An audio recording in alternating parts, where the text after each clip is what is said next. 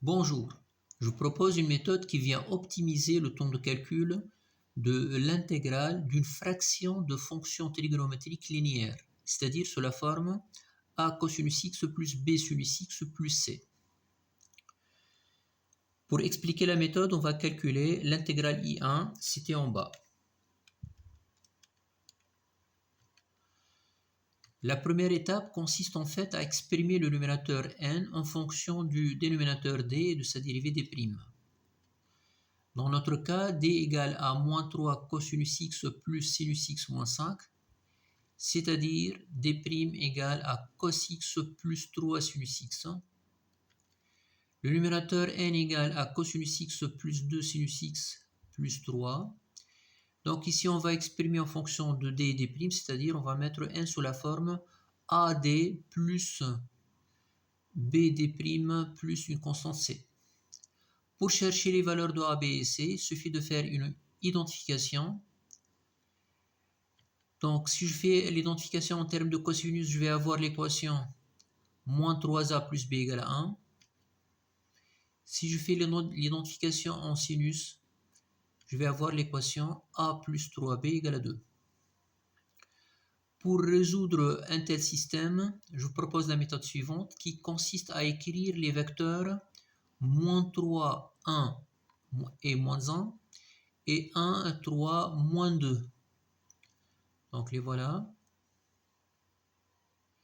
Ensuite, je vais reproduire la première et la deuxième ligne et éliminer la première ligne. Ensuite, je vais calculer ces trois déterminants. Je vais avoir alors 1, moins 7 et moins 10. Donc, conformément à cette méthode, A devrait être égal au rapport du premier avec le troisième déterminant, c'est-à-dire moins 1 sur 10. La valeur de B est le rapport du deuxième avec le troisième, c'est-à-dire on trouve 7 sur 10. Pour chercher la valeur de C, il suffit de faire une identification en termes constants. Je trouve dans ce cas l'équation moins 5a plus C égale à 3. Ou encore C égale à 3 plus 5a, c'est-à-dire C égale 5 sur 2. Voilà les valeurs de A, B et C. Je vais maintenant écrire n égale à moins 1 sur 10 fois D plus 7 sur 10 fois D' plus la constante 5 sur 2. Ou encore, n sur D devient moins 1 sur 10 plus 7 sur 10 D' sur D plus 5 sur 2 fois 1 sur D. Étant donné que I1 est une primitive du rapport n sur D, je peux écrire alors I1 égale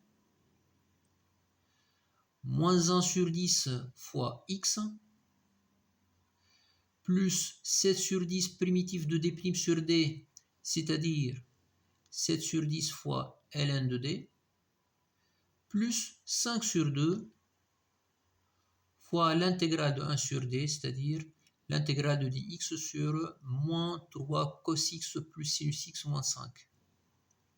Voilà donc la première étape. La deuxième étape consiste à chercher cette intégrale que je vais appeler J. Et voilà. Pour chercher un tel type d'intégrale, je vous propose cette transformation que je ne trouve pas très difficile à retenir, qui dit que l'intégrale de dx divisé par alpha cosinus x plus bêta sinus x plus gamma devrait être égale à 2 fois l'intégrale de dt sur dt carré plus 2 bêta plus t plus s, avec d et la différence de gamma et alpha, s étant la somme, et t est égal à tangente x sur 2. Donc si j'applique cette transformation à l'intégrale j, je vais avoir 2 fois l'intégrale de dt sur moins 2t carré plus 2t moins 8 que je peux simplifier en moins dt sur t carré moins t plus 4.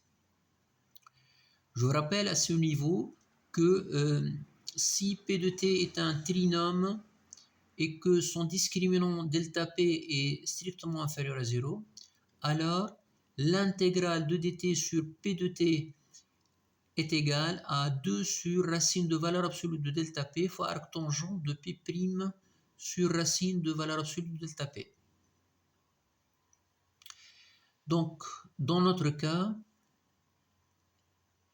le trinôme p de t est égal à t carré moins t plus 4, c'est-à-dire p' égale à 2t moins 1 et delta p égale à moins 15. Donc, évidemment, et conformément à cette formule, je vais trouver j égale à moins 2 sur racine de 15 arc tangent de 2t moins 1 sur racine de 15. Voilà donc tous les termes. Ici, je vais écrire la forme presque finale du I1 qui est égale à moins x sur 10 plus 7 dixièmes ln de d, c'est-à-dire ln de moins 3 cosinus x plus sinus x moins 5, moins 5 sur 2 fois 2 sur racine de 15, arc tangente de 2t, c'est-à-dire 2 tangente x sur 2 moins 1, divisé par racine de 15. Si je fais une petite simplification, je vais avoir la forme finale du I1. Voilà la méthode. J'espère que tout est clair. Merci beaucoup. À la prochaine fois.